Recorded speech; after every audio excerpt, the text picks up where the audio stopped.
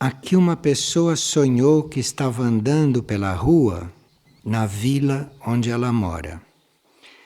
O tempo escureceu, ela olhou para o céu e um relâmpago saiu da terra para o alto. E este clarão era um grande dragão de fogo que clareou toda a abóbada celeste. E neste momento apareceu um grande ser que tomava conta do lado norte da abóbada. Isto tudo era de um tamanho gigantesco. Eu não senti medo, mas senti um misto de amor e de respeito, como nunca eu havia sentido. Parecia-me que estava acontecendo um grande acerto de contas. Este dragão de fogo do sonho da pessoa é um símbolo da potência do fogo cósmico, o mais elevado que existe em certos patamares do sistema solar. E este fogo cósmico, ele é retratado nas pinturas de Herrich. Então, quem se interessa por estes sentimentos ou por essas manifestações, pode consultar aquelas pinturas, porque ele descreve isto o tempo todo. Esse fogo cósmico que Herrich pinta e que nós temos já presente no nível da nossa mônada e no nível divino, é um fogo que vai liberar todo o potencial do sistema solar numa etapa futura. E por isso ele está começando a ser percebido pelos seres deste sistema solar. É claro que em planetas mais adiantados, este fogo cósmico já é bem mais próximo dos seres de lá. Mas aqui na Terra, ele está ainda se apresentando sob a forma de símbolos e nos planos internos das pessoas e assim mesmo veladamente. Por isso existe o símbolo do dragão, para que as pessoas pudessem ir se aproximando desta grande força. Está prevista uma incidência cada vez mais forte desse fogo nos níveis monádicos da gente, nos níveis espirituais. Este fogo terá uma tarefa de estimular as mudanças que devem acontecer no interior dos nossos átomos. Por isso é que no sonho da pessoa, o relâmpago saía da terra e subia, e não descia, porque não era um relâmpago normal, era um relâmpago simbólico. Então, isto é a força que incide diretamente sobre os nossos átomos e depois rompe os limites da nossa matéria. Por isso é que o relâmpago vem de baixo e sobe. O fogo cósmico atua no interior do átomo e depois abre caminhos para esta liberação. Nos seres humanos, esta grande força, que é uma força velada, extremamente reduzida, para que possa ser suportada, nos seres humanos ela está estimulando o contato com a mônada, está estimulando o nosso contato consciente com este espírito interno nosso. E no planeta, ele quando incide, ele está integrando mais a consciência do planeta na consciência solar. Vocês veem lá que nos quadros de Herrich, esse fogo, esses relâmpagos, estas faíscas, está por toda parte. Se esse fogo não chegasse até o homem, de uma certa forma, o homem não teria possibilidade de desenvolver as suas faculdades mentais. A mente do homem ficava sempre uma mente pouco mais do que a compreensão de um animal bem dotado, mas não mais do que isto. E com essas faculdades mentais desenvolvidas, a mente então pode conseguir perceber e pode refletir para a consciência do indivíduo a direção que ele deve seguir e deve ajudá-lo a reconhecer o seu destino superior. Então, o fogo cósmico é algo que parece distante, é um desenvolvimento de um sistema solar mais adiantado do que este, mas ele está presente aqui, bem coligado com nós todos, que somos seres que temos que chegar a um desenvolvimento mental superior. E este grande ser que aparece do lado norte da abóbada celeste são os guardiões. Um dos guardiões dessas atividades cósmicas que acontecem aqui em benefício da Terra. Isto tudo passa por um controle muito acurado, porque o homem não teria possibilidade de estar sob esses estímulos se isto não fosse muito bem guardado, se isto não fosse muito bem controlado. Então, por isso que havia este grande ser simbólico também do lado norte da abóbada, isto é, na direção mesmo de todos esses fatos. Esse foi um belo sonho.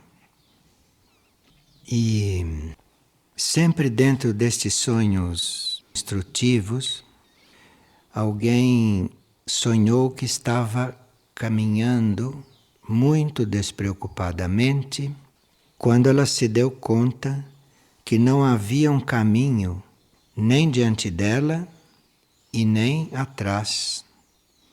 Então ela viu que estava andando sobre uma plataforma quadrada de mais ou menos 1 metro, apoiada sobre nada. E que à medida que ela caminhava, essa plataforma ia aparecendo na frente dela.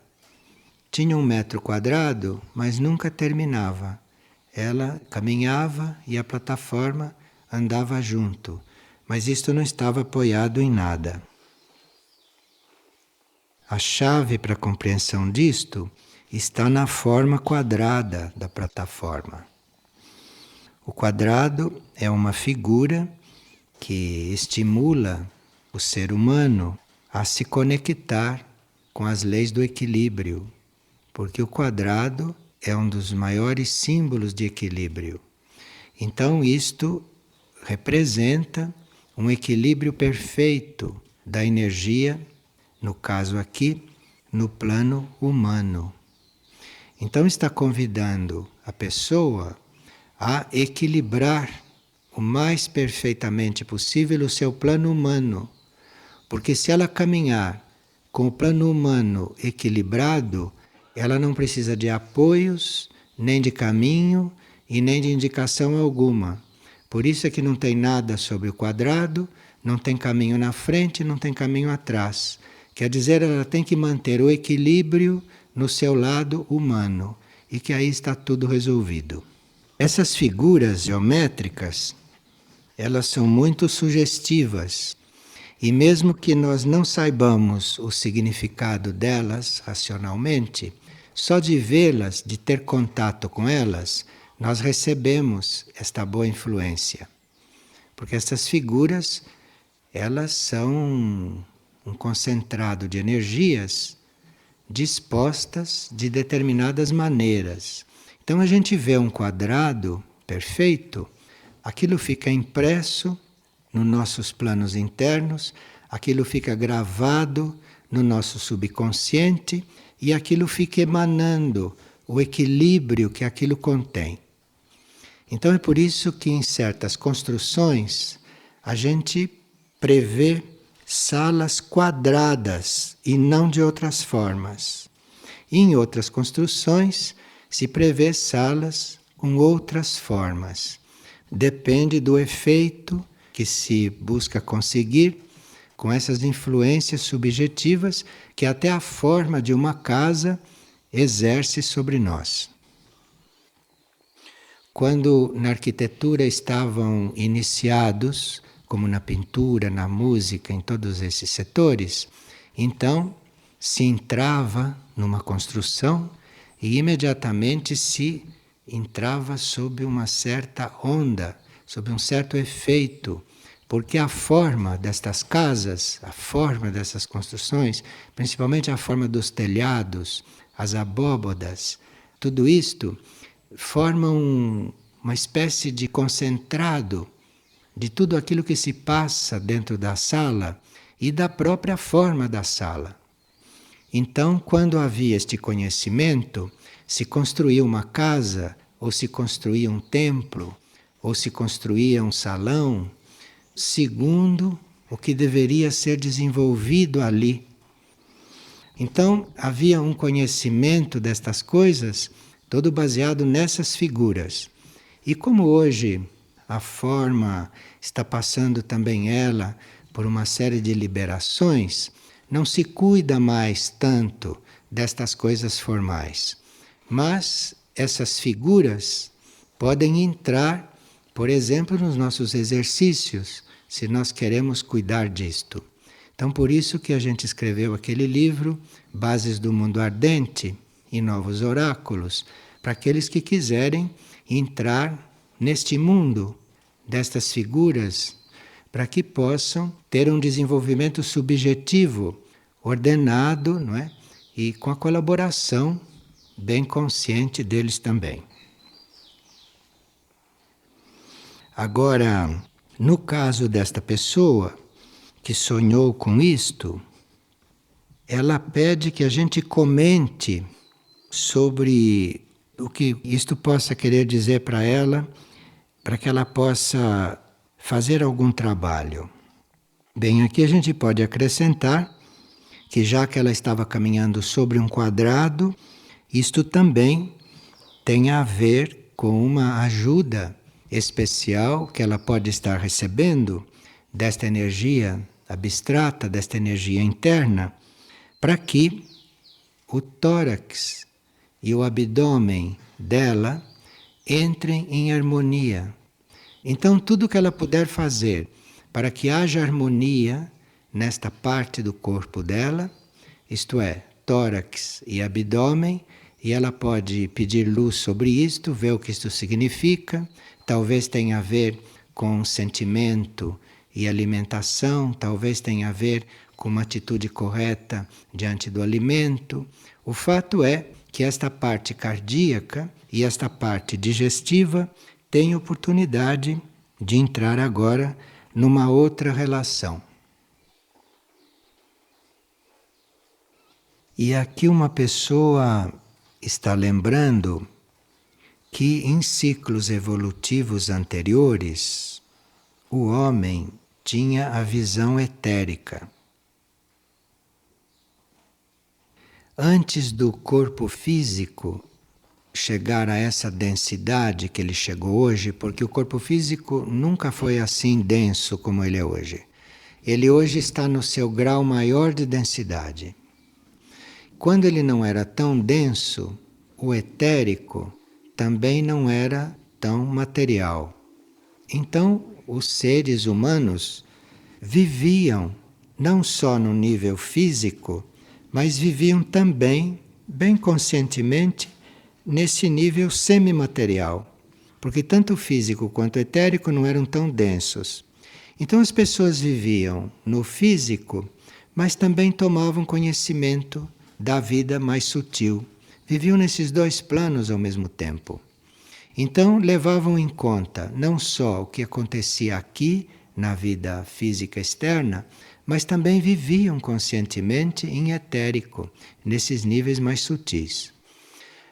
Então era muito normal que qualquer homem tivesse a visão etérica. Assim como tem esta visão física, ele via ao mesmo tempo o plano etérico. Todos eram assim. Mas quando o físico foi se densificando e quando o etérico também foi acompanhando este movimento do físico, então esta visão sutil foi se perdendo ou foi se recolhendo. E isto era necessário porque o homem teria que desenvolver uma visão não exatamente esta, da vista ou da vista interna, mas ele tinha que desenvolver uma percepção mais interna e que não diz respeito a gente estar vendo coisas, mas diz respeito a gente estar percebendo as coisas com outros níveis do nosso ser. Então, nós não estarmos vendo em etérico continuamente como víamos milênios atrás, isto não é um retrocesso, mas é uma evolução.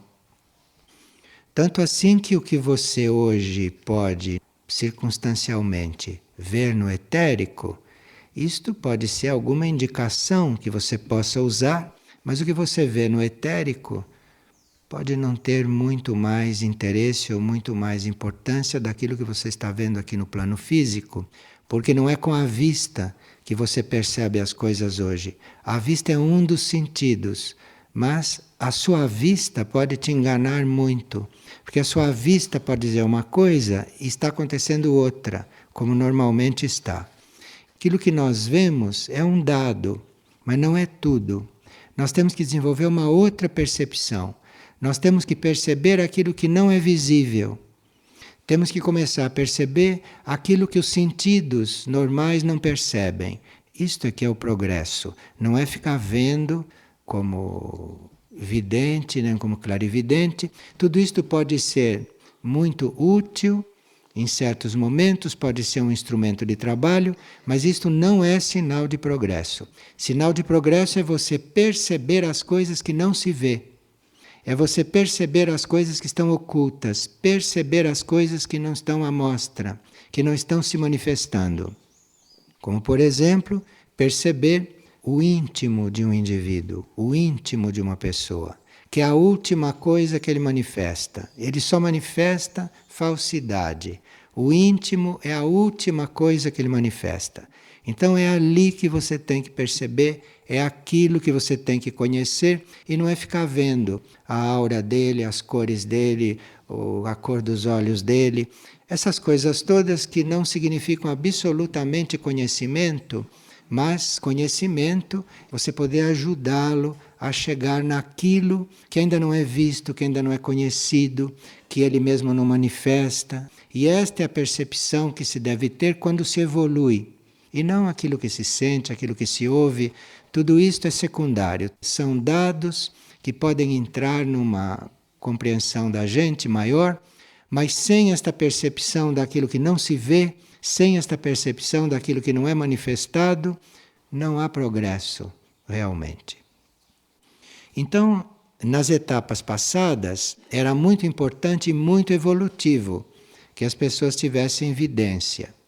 Mas hoje estão abertas outras percepções, além desses sentidos mesmo internos, e essas faculdades podem ajudar em algum momento, mas na maior parte dos casos não ajuda não.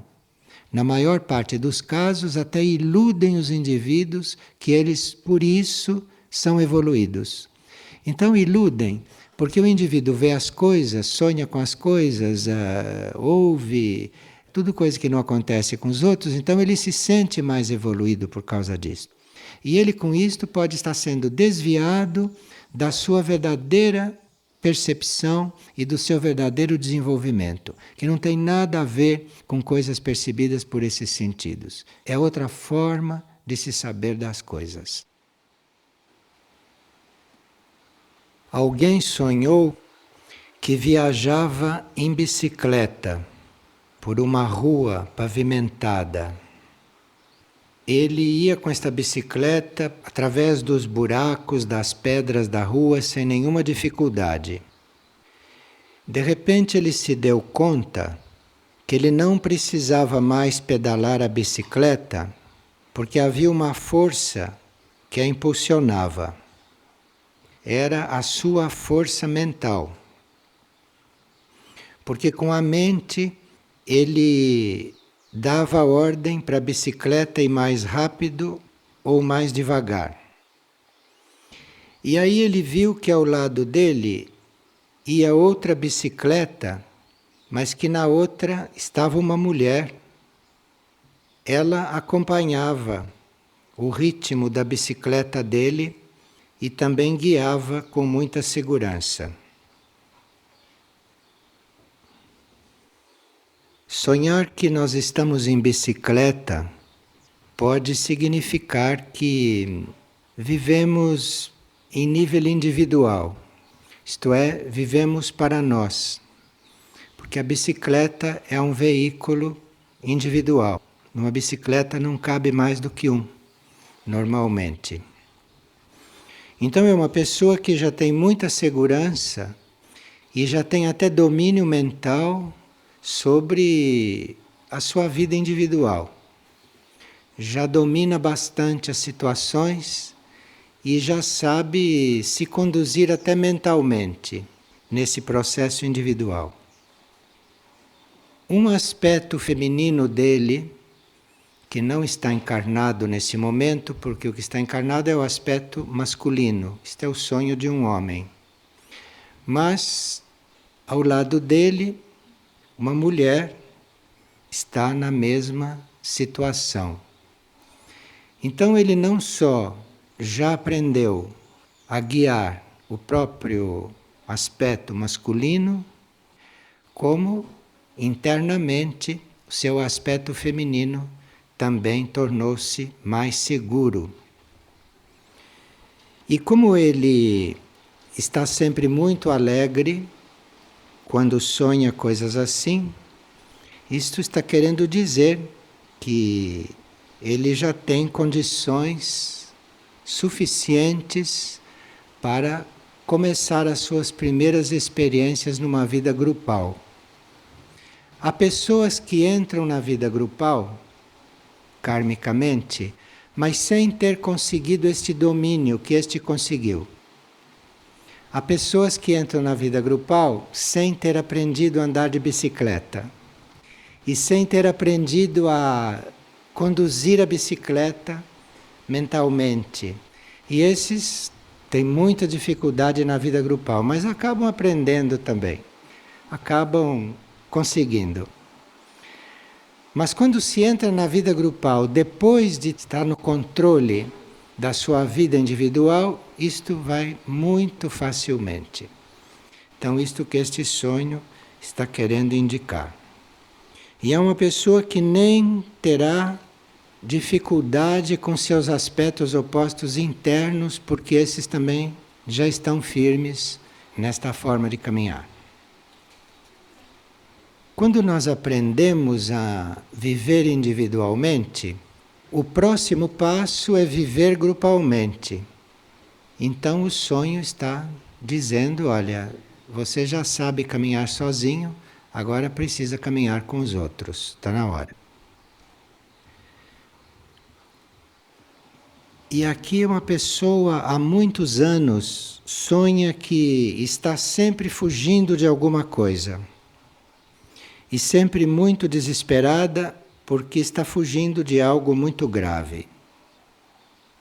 Bem, parece que se a pessoa for diariamente, logo cedo, lendo os pensamentos do dia, tanto do boletim quanto do livrinho Sinais de Luz, ela vai trabalhando esses pensamentos logo no início do dia e vai tendo a possibilidade de, na vida dela diária, indiretamente, ir resolvendo estas coisas que a perseguem. Essas coisas que nos perseguem são coisas que não foram resolvidas em etapas passadas. E nós nem sabemos o que é, porque são tantas coisas, são tantas encarnações, que as coisas foram ficando sem ser resolvidas. E a uma certa altura a gente sonha que isto tudo está perseguindo a gente. E não se sabe mesmo o que é que não ficou resolvido, porque é muita coisa e nem se poderia resolver isso tudo junto. Mas nós podemos colocar o pensamento num certo nível de qualidade, por isso que nós temos esses pensamentos do dia, que dizem respeito a vários temas, a vários níveis. Ora dizem respeito a coisas no plano físico, ora coisas no plano do sentimento, outro dia diz respeito a algo da mente, depois há pensamentos que falam de coisas da alma. Eles estão em diferentes níveis. Então, se a gente os trabalha todos os dias, e se a gente se lembra deles enquanto está vivendo, indiretamente, todas essas coisas não resolvidas vão sendo trabalhadas. Porque o pensamento nos ajuda a mudar a vibração mental, modificar o nosso sentimento diante das coisas, porque há pensamentos com um astral muito elevado. Então, há alguns pensamentos que no plano mental emitem certas cores que são curativas para a mente da pessoa, até para o cérebro da pessoa. Então, trabalhando esses pensamentos bem devotamente, nós vamos mudando várias situações. Isto é, nós vamos nos transformando e nós nos transformarmos, nós vamos agindo diferente de como agíamos. E aí vamos fazendo ações opostas àquelas que fizemos no passado. Ou vamos criando situações positivas, levadas pela mudança do pensamento, que vão equilibrando coisas que estão nos perseguindo, porque foram mal feitas. Então, esse trabalho diário, com um pensamento selecionado, é uma forma indireta de você ir limpando este passado, ir limpando estas coisas que aconteceram e que nem se sabe mais o que é, nem tem como arrumar, nem tem como recuperar, e não tem mesmo, porque nem precisa. Mas, indiretamente, se pode ir resolvendo isto. Uma pessoa tomou um medicamento da central de atendência para trabalhar o medo. E ela tomou este medicamento pela primeira vez. Na noite seguinte, ela sonhou com uma lagartixa presa dentro de uma caixa. E que só por iniciativa dela, esta lagartixa poderia ser libertada. E ela então quer saber se este sonho tem a ver com o medicamento que ela tomou para o medo. O sonho é muito significativo.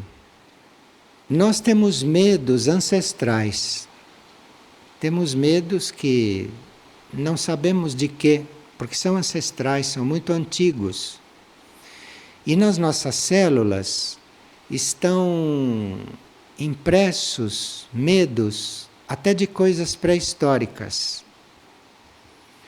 Então havia um medo ancestral nesta pessoa que foi reduzido consideravelmente com o contato telepático que ela fez com a central de atendência. Então não foi só o medicamento, porque o medicamento não podia ter transformado um medo ancestral numa lagartixa, numa coisa minúscula e fraquinha perante um homem. Então o medicamento não podia ter feito isto de um dia para o outro. Mas o que aconteceu foi que ela fez um contato telepático com a cura. Ela fez um contato telepático com o tratamento. Ela estava disponível e disposta a fazer o tratamento. Isto é o que fez o trabalho maior. Agora, na hora que ela chegou na central de atendência, recebeu o tratamento e tomou o medicamento, aquilo foi a última coisa. E aquilo então liberou nela, durante o sonho, o resíduo daquele medo. Então a cura foi feita com o contato telepático, com a energia da cura, com a central de tendência, com tudo o que ela dispunha para isso. E o medicamento serviu para liberar aquele tanto que restou e para que ela visse também que um medo ancestral nela, subconsciente ou inconsciente, foi liberado. Estou falando de medo ancestral por causa da lagartixa. Não era um animalzinho qualquer, era uma lagartixa. E uma lagartixa é como uma miniatura de um daqueles bichos pré-históricos que davam muito medo nos lemurianos. E pode não ter sido um medo ancestral ligado ao reino animal, mas é muito antigo. Foi sendo reduzido, foi sendo dissolvido, diminuído pela cura anterior, até chegar a uma proporção diminuta que o medicamento acabou de resolver, acabou de expulsar. E uma pessoa pergunta se é possível evoluir mesmo quando nós continuamos a ter orgulho, vaidade, egoísmo e tudo isso.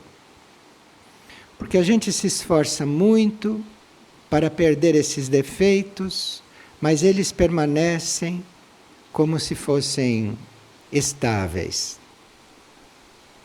A evolução, num certo sentido, ela vai em paralelo.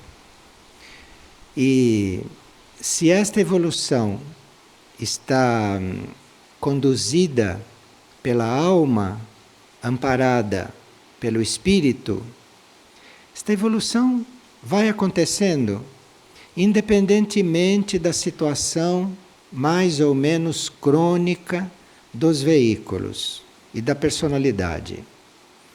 Claro que se esta evolução espiritual fosse acompanhada por uma evolução dos veículos no mesmo ritmo, claro que seria uma coisa mais completa. Mas nem sempre isto acontece na mesma proporção. O ritmo espiritual, o ritmo da alma, o ritmo da consciência é sempre mais acelerado que o ritmo dos corpos.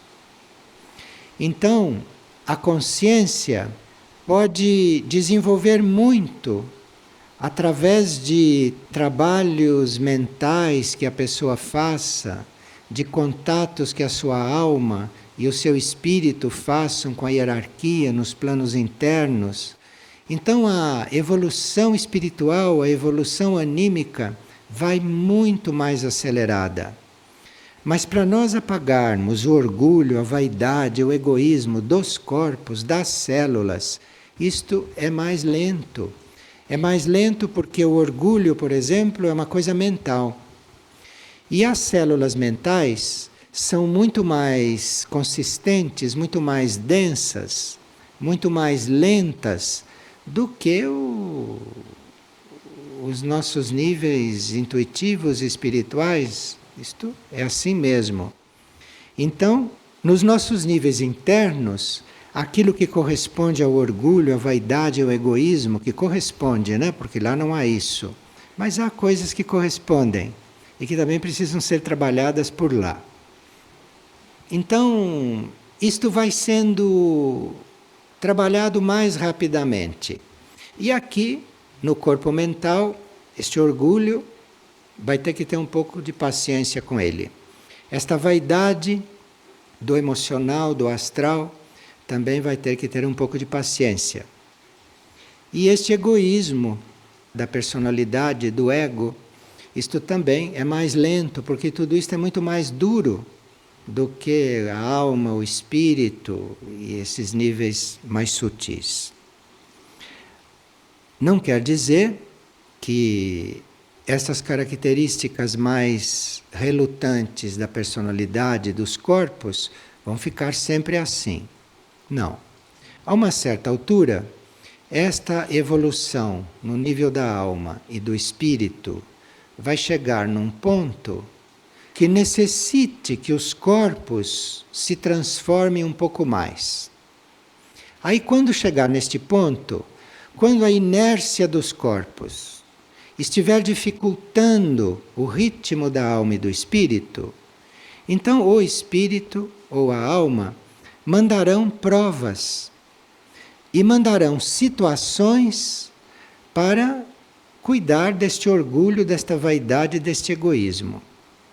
Então, aquilo que no orgulho, na vaidade e no egoísmo não foi trabalhado num ritmo suficiente, quando isto for necessário para a continuação do outro desenvolvimento, o próprio espírito mandará as provas.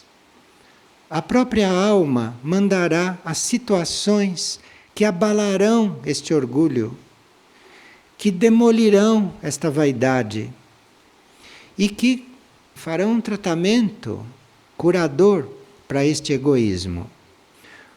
Isto não vai deixar de acontecer. Quer dizer, não vai ficar sempre assim. Da evolução interna acontecer e o orgulho, a vaidade e o egoísmo permanecerem. Isto vai assim até uma certa altura. Quando começarem as provas e quando surgirem as situações para romper, para quebrar isto, você não estranhe. E você aceite isto como uma dádiva, como um presente, como uma bênção, como uma verdadeira graça. Então deve estar chegando alguma prova assim. Para fazer esta pergunta, deve estar chegando uma prova assim. Então, se acontecer uma situação que abata o seu orgulho, ou que sacuda a sua vaidade, agradeça. Não reaja, porque senão começa tudo de novo.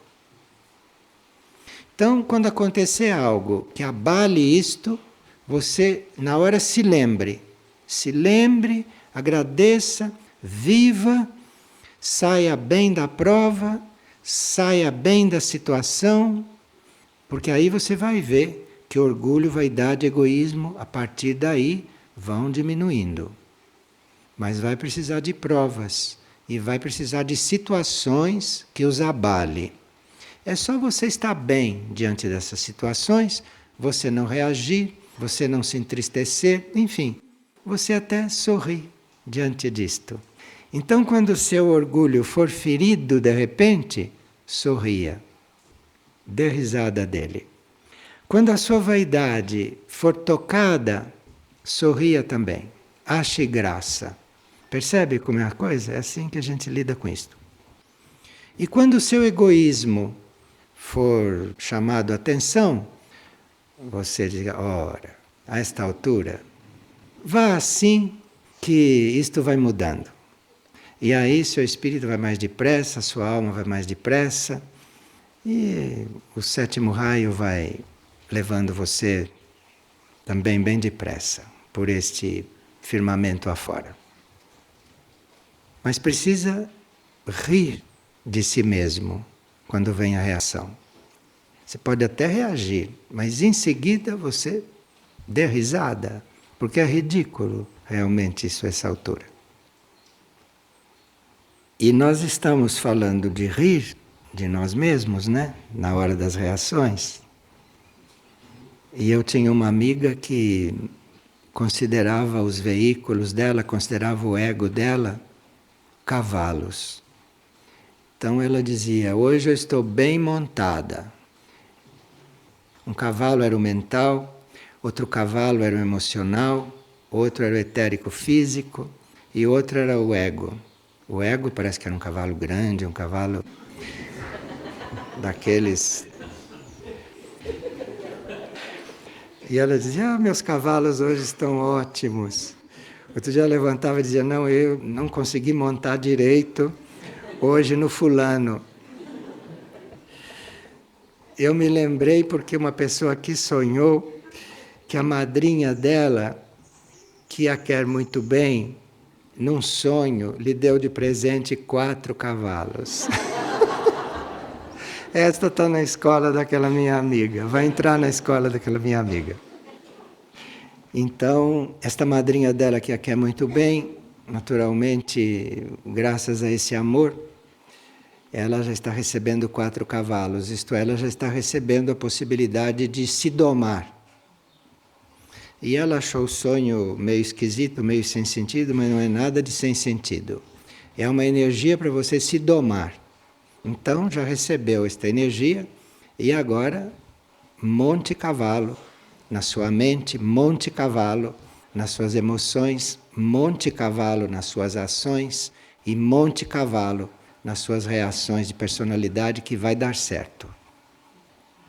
Porque veja, quando os cavalos chegaram no sonho, imediatamente 2 se deitaram nos pés dela. E um virou de barriga para cima, demonstrando rendição.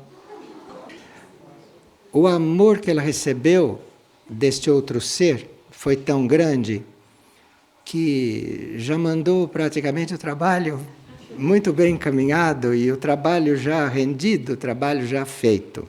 Veja como a gente é ajudado, hein? Então esses 2 estavam já deitados. Agora os outros 2 estavam de pé me olhando, mas serenamente e atentamente, com os olhos bem grandes. E aí eu acordei. Cuidado um pouco com esses 2 que estão olhando assim, mas eles também vão aderir. Não tem dúvida, não. Esses são aqueles típicos sonhos da raça ária. As pessoas que já estão bem assim introduzidas na raça ária, que já estão mais desligadas da raça Atlante, da raça Lemuriana, têm esses sonhos divertidos. Os ários têm sonhos que às vezes são verdadeiras anedotas. Falam de coisas muito sérias, como essas, né, que se falou, mas assim, parece que contando uma anedota. Isso é um típico sonho ário. Tem gente que tem sonhos dramáticos, sonhos sérios, sonhos tristes, sonhos carregados, importantes também, muito importantes. Mas os verdadeiros ários têm esses sonhos assim, muito engraçados. Isto aqui já não é tão ário. Ele diz: alguns estão jogando fora continuamente a oportunidade de crescer e de mudar de ponto. Vê que não é ário este. Que não está rindo disso. A letra dele está séria, inclinada assim para a direita. Estamos sempre acusando, criticando, colocando a culpa nos outros, dizendo que é culpa do coordenador que as coisas não andam.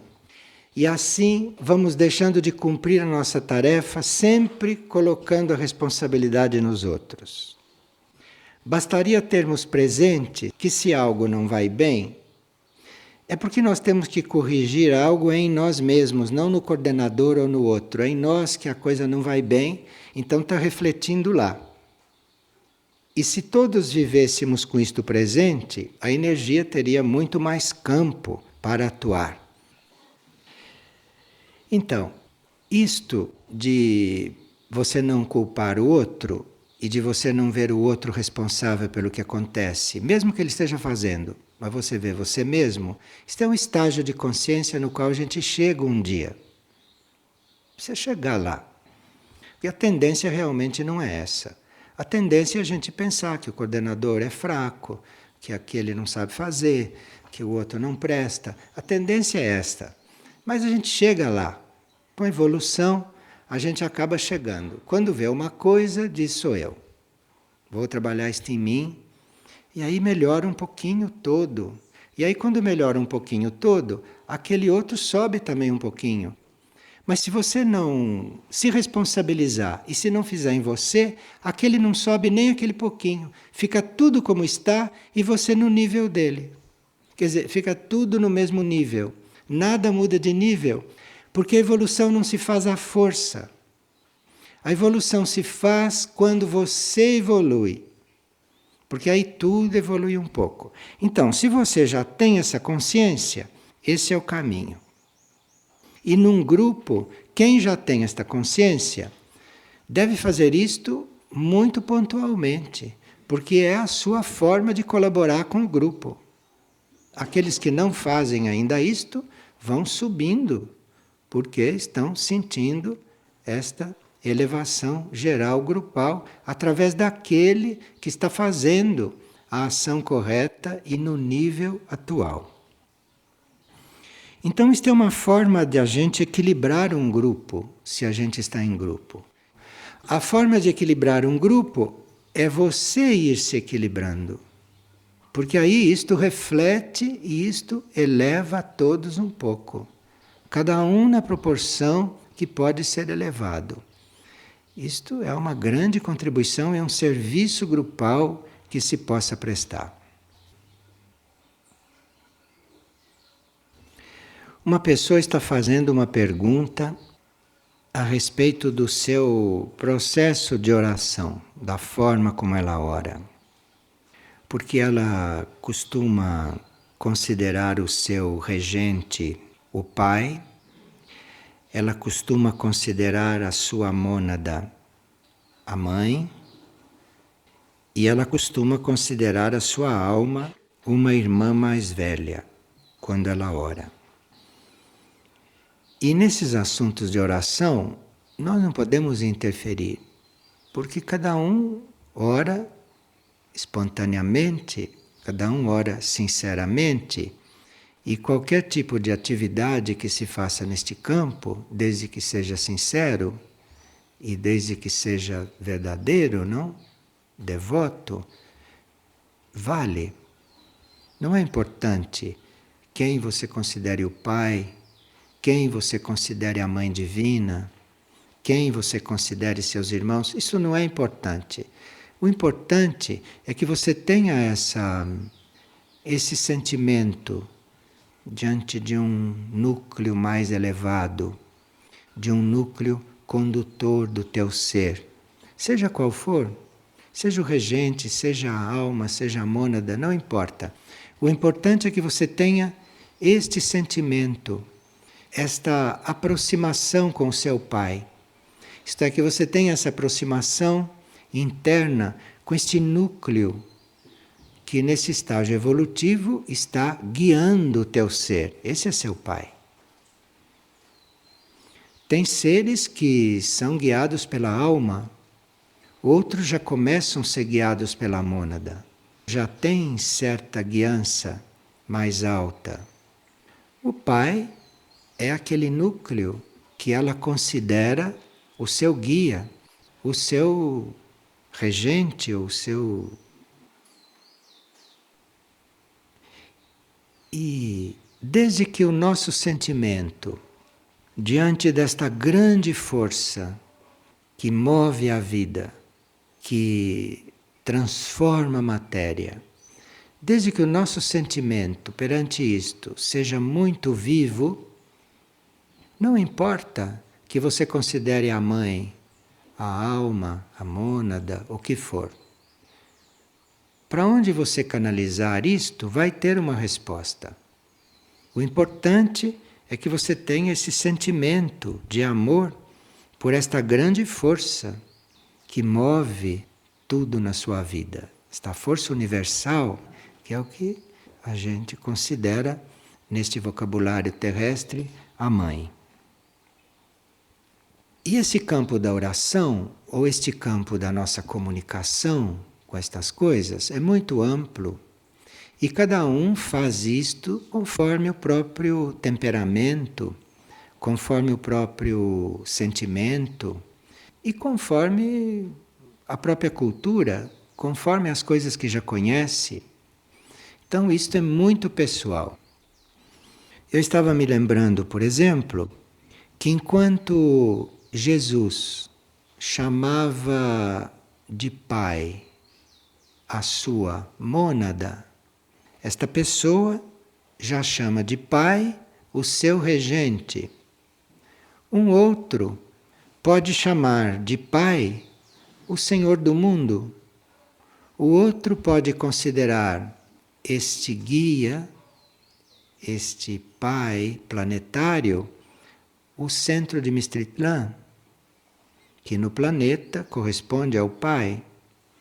Então, isto são coisas muito pessoais.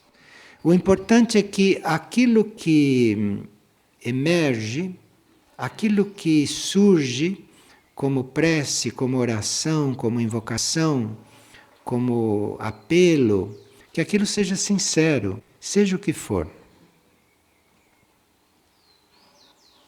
Agora, esta mesma pessoa pergunta se, quando ela se dirige ao seu regente, se ela usa o Pai Nosso, se isto tem o mesmo resultado. Essa oração que foi passada para a humanidade há 2000 anos, este Pai, isto, claro, é o núcleo mais profundo dos seres. Para Jesus, naquele momento, naquela iniciação que ele tinha, era a mônada. Mas é o núcleo mais profundo de cada um.